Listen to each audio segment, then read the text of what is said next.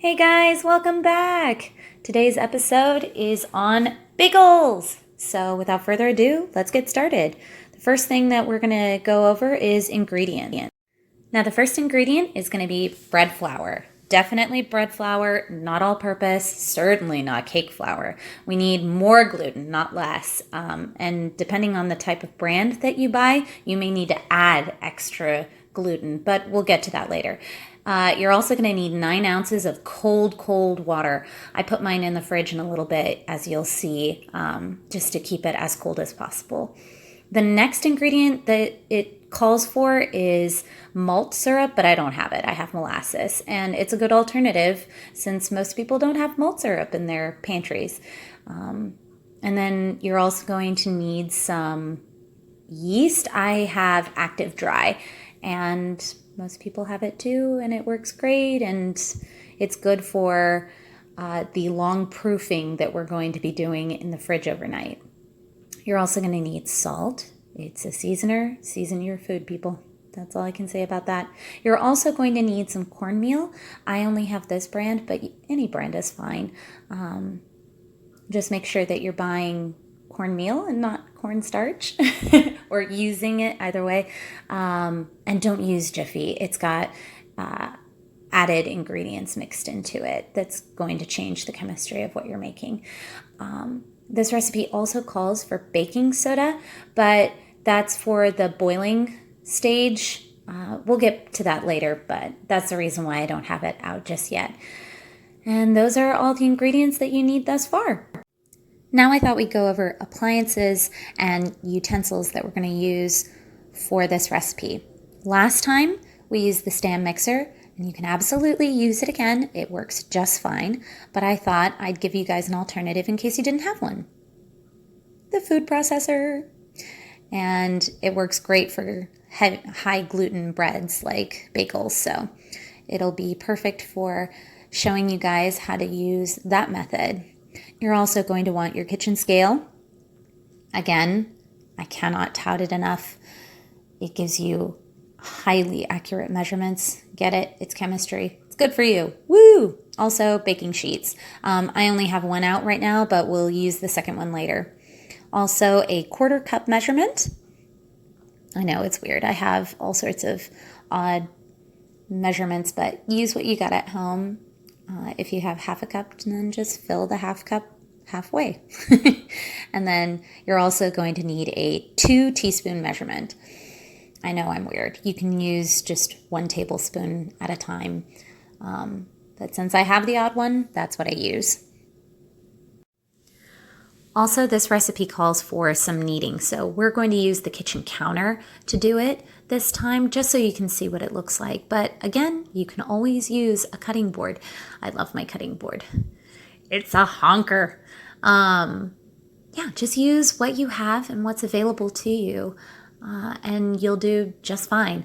Also, I forgot to mention it because we won't be using it until baking time, but you also want to use some parchment paper. Remember to get parchment paper, not wax paper. Wax will leave this yucky filament on your food. So without further ado, let's get started measuring out all the ingredients. Now I'm going to put my ice water in the fridge because it's spring in Texas and it's starting to get warm in my kitchen, especially since it's west facing. So I just want to keep it as cool as possible. That way, when we mix all the ingredients together and they start to mix in the food processor and create quite a bit of friction, it'll help mitigate a lot of that heat. That way our yeast blooms at a very specific temperature. I'm also going to measure out my dry ingredients. I just measured out 2 teaspoons of yeast. You're also going to need to measure out 2 teaspoons of salt, but do not mix these two together. We're going to add the salt a little later in the process, and like I mentioned before in a different video, salt retards the yeast's process, so you really don't want to put these two things together until absolutely necessary, which is after the yeast has bloomed. I'm also going to measure out 15 ounces of bread flour. Now I say 15 ounces because I generally use King Arthur flour, and King Arthur flour has a specific anywhere from 14 to 16% gluten ratio. And you really want high gluten flour for bagels because they need that gluten to create that really chewy, really great mouthfeel texture. The less gluten, the less structure it's going to have, and it's going to just be pillowy rather than chewy. I don't know how else to say that. But if you don't have King Arthur flour, that's totally okay. You can buy straight up gluten in the baking aisle and just mix it in. It'll be about 4 teaspoons of gluten, and you'll reduce the bread flour amount to 14 and 2/3 ounces, because about 4 teaspoons is about 1/3 of an ounce. That's how you know how to subtract how much out. As you can see, I am measuring out the molasses. It's about 4 teaspoons of molasses here that I'm mixing straight into the ice water. And as soon as you've measured that out, remember molasses is really sticky and it's going to stick to the inside of your teaspoon measurement. So you really want to scrape it out so that you have all that molasses. It's actually not that much, but a little bit goes a long way, and this molasses is exactly what's going to feed our yeast. I've talked about that in other recipes before. You need to feed your yeast, otherwise it will not bloom nearly as much, and nobody wants to make pancake bagels. So you can see it turns this ice water into this kind of dark brown, almost beef brothy looking thing. And that's what we're going to use to hydrate our bagel dough. You know, now that I'm rewatching this, I realized I didn't really show you guys how to weigh out the flour if you're weighing it in your mixing bowl or container or whatever directly. So what I do is I put the bowl on top of my scale, and then I tear the weight of the bowl away. That way, when I start to add my flour in, it just weighs the flour and not the bowl. And then I can get accurate measurements without having to get 14 things dirty in my kitchen. So now that that's completely incorporated, the liquids, I'm going to finally start to assemble my dough. Yay! So that is just flour, and I'm going to add just yeast. Again, we don't want to retard it by adding the sugar to it as well. So I'm just going to sprinkle that on top and then blitz them together for maybe 5 seconds. I did way more than that. You do not have to do that, guys. I'm just paranoid and way too over thorough. You're just trying to get the yeast thoroughly incorporated into your flour. So once you've done that, then you can add your wet ingredients. What I do is pour it into a little channel in the middle, neither too close to the inside of the bowl where the blades are, nor too close to the walls of the bowl itself. Just that way it can hydrate thoroughly all throughout, and you don't have big clumps that it has to fight to incorporate. So I blitz this for maybe 15-30 seconds at the most, and I let it sit for 15 minutes resting before we do anything else to it. That's called an autolyse, but we can talk about that a little later. So now that our 15-minute autolyse is over and our yeast has had plenty of time to bloom with all of the flour and all of the molasses, we can finally add the salt. So I just sprinkle it in the bowl and blitz it for a minute, 2 minutes at the most. You really don't need very much time in the food processor. And we're not mixing here, we're actually starting to knead, just because it's so powerful of a machine that it beats the tar out of this dough, which is why we finish the very last bit by hand, just because we don't want to overmix it and make it too rough and too rubbery.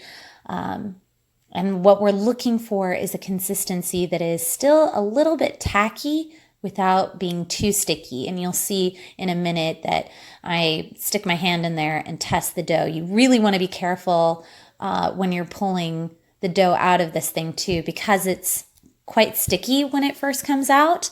It can be really stuck onto the blades, and you really don't want to get your fingers very close to those blades at all. So because it's so sticky, I generally just add a little bit of water and a little bit of dish soap, and I turn on the food processor for 5-10 seconds tops, and that'll just get it nice and foamy and bubbledy.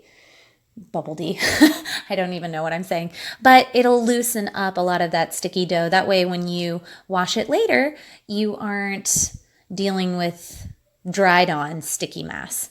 So sorry, I went on a total tangent, but you're going to work it for maybe a minute or two by hand to test how sticky it is. Again, the environment does change how moist the dough is, and you really want to be careful because we're not working on a floured surface here. We're not adding very much flour at all.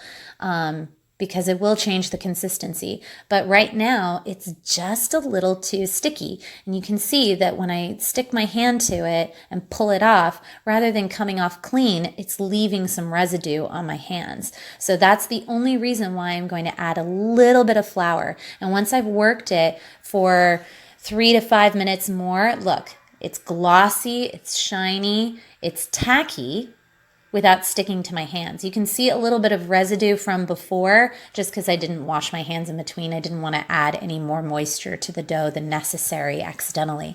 But yeah, it's going to come out nice and smoothly like that once you've kneaded it. And again, it doesn't take very much time.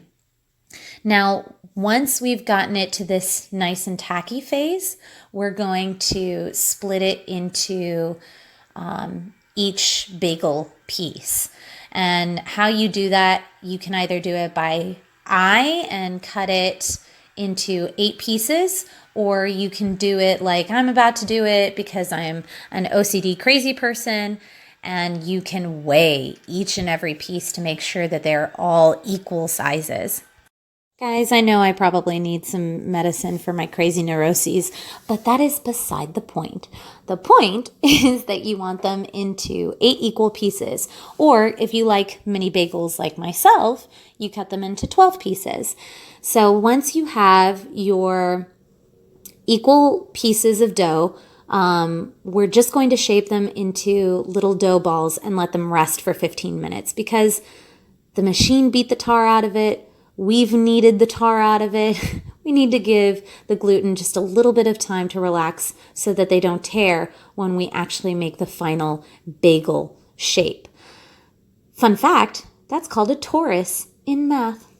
So fancy. So anyway, when we're shaping these into little dough balls, you can either do the same method that we did for the last video, which is tucking the base and turning as we tuck, or you can do this new method that I'm about to teach you, which is the cage. You see it? You just make a kind of cage with your fingers that are flat against the countertop, kind of like you're holding a mouse next to your keyboard.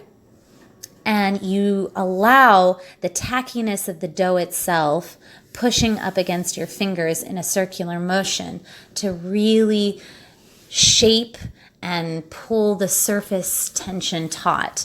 And so you're just going to do that and repeat with each and every single one of these little dough balls and cover them with some saran wrap just so they don't dry out. Nobody wants dry, brittle pieces as they begin to form their bagel shapes. You're actually going to see me try in a second 2 at the same time. And it looks way fancier than it is, guys. I mean, it looks like I went to pastry school or something. It's really not hard. It looks so much more complicated than it is. So try it at home and you'll be able to impress your spouses or your friends or whatever. Ooh, look what I can do. And then once you're done with that, just cover them with some saran wrap. That way they don't get a hard crust. Nobody wants crusty, hard bits of dough mixed into their bagels into the last shape. So just cover them, and those 15 minutes will give you plenty of time to set up for making the bagels.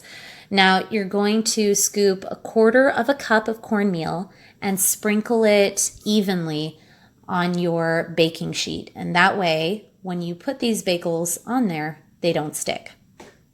So now the way you shape it is by taking one dough ball at a time. That way the other ones don't dry out while you're doing this. And you're going to flatten it out and then just roll it up into a tube, nice and tightly.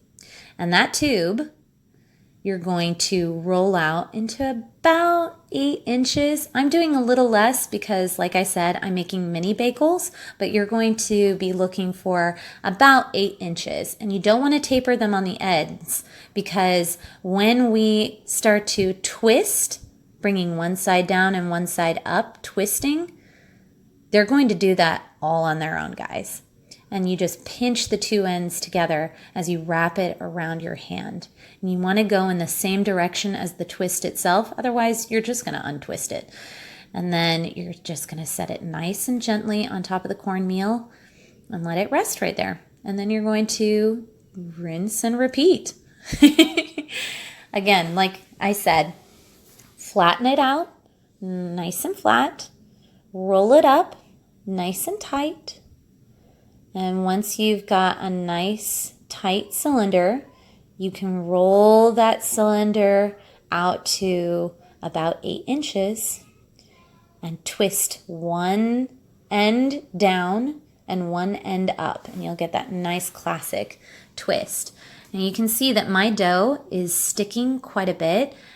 I probably should have added just a tiny bit more flour, but I was so worried about adding too much and then messing the whole thing up that I didn't. Just trust your instincts. If it's way too sticky, add flour, guys. But you want to do that at the kneading process, not at this point. I've waited too long to do something about it. So once you've formed all your bagels into their torus shape, you can let them sit for an hour on the counter at the most. Do not go over an hour. You definitely want to cover them with cling film. Again, you don't want to get a yucky crust just yet. We want to develop the crust later. But allowing them to sit on the counter for about an hour allows them to proof at room temperature, and then the rest gets done in the fridge. You can see this last one twists and around the fingers. You can see that it really only goes around maybe 3. I'm pushing it when I try 4 fingers, but when you do it, because you're going to be making the bigger bagels, you'll get around 4 easily.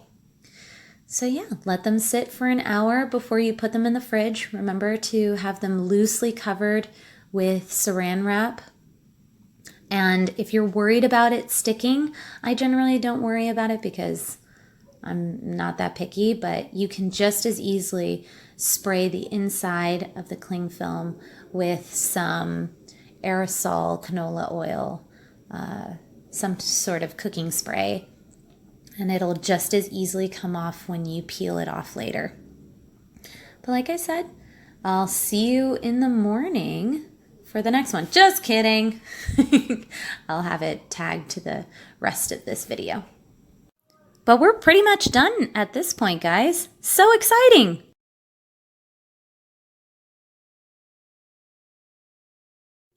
Good morning. So now that we've rested and so have our bagels, we can go check on them in the fridge. And the really great thing about letting them proof overnight, again, I cannot stress this enough, is that we've allowed the yeast plenty of time to work on the sugars inside the flour itself and the molasses to really caramelize and give depth and richness of flavor. And you can see they've puffed up quite a bit. So all we want to do is peel the saran wrap off and we can get started on boiling them.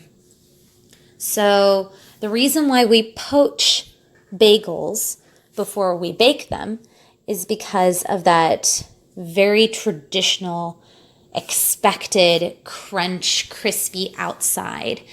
And we've developed all this wonderful chew, but you really don't get that glossy exterior unless you poach it in kind of a caramelized liquid. And then when that liquid hits the steam and heat of the oven, that's what allows it to create that really nice thick crust that you get to rip into as you bite into a bagel.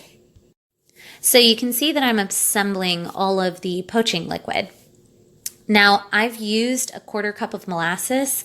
You do not have to, since we've already added molasses to the actual dough itself, but I really like the way it makes it taste. And again, it adds to that caramelization of the exterior crust. So I'll leave it up to you guys, but I really highly recommend it. I use about a 1/4 cup of molasses and then a tablespoon of baking soda.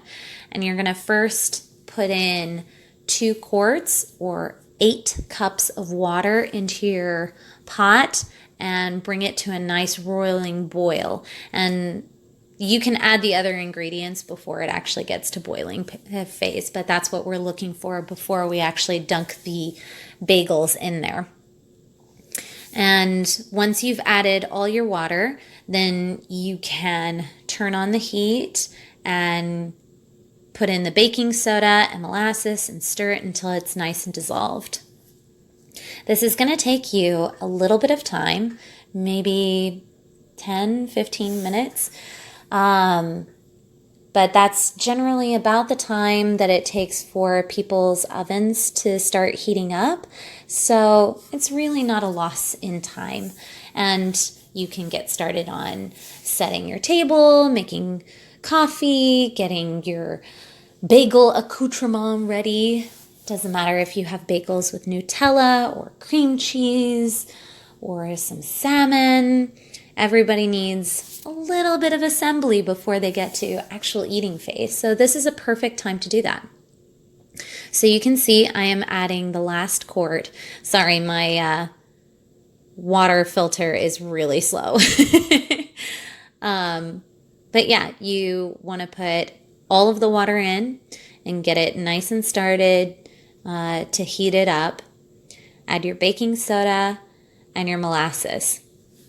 Now, I didn't add these utensils and cooking supplies in the list at the beginning, sorry, but you are also going to need them. So like I said, a pot, a tablespoon measurement, 1/4 cup measurement, but you already had that from before. And you're also going to need something to grab the bagels out of the poaching liquid. I use a spider, what do you call it? Spider spatula? I don't know. It's like a slotted spoon. You'll see it in a minute that has this kind of wired braided mesh. It really allows for poaching things in liquid or picking up gnocchi or tortellini out of soup, that kind of thing.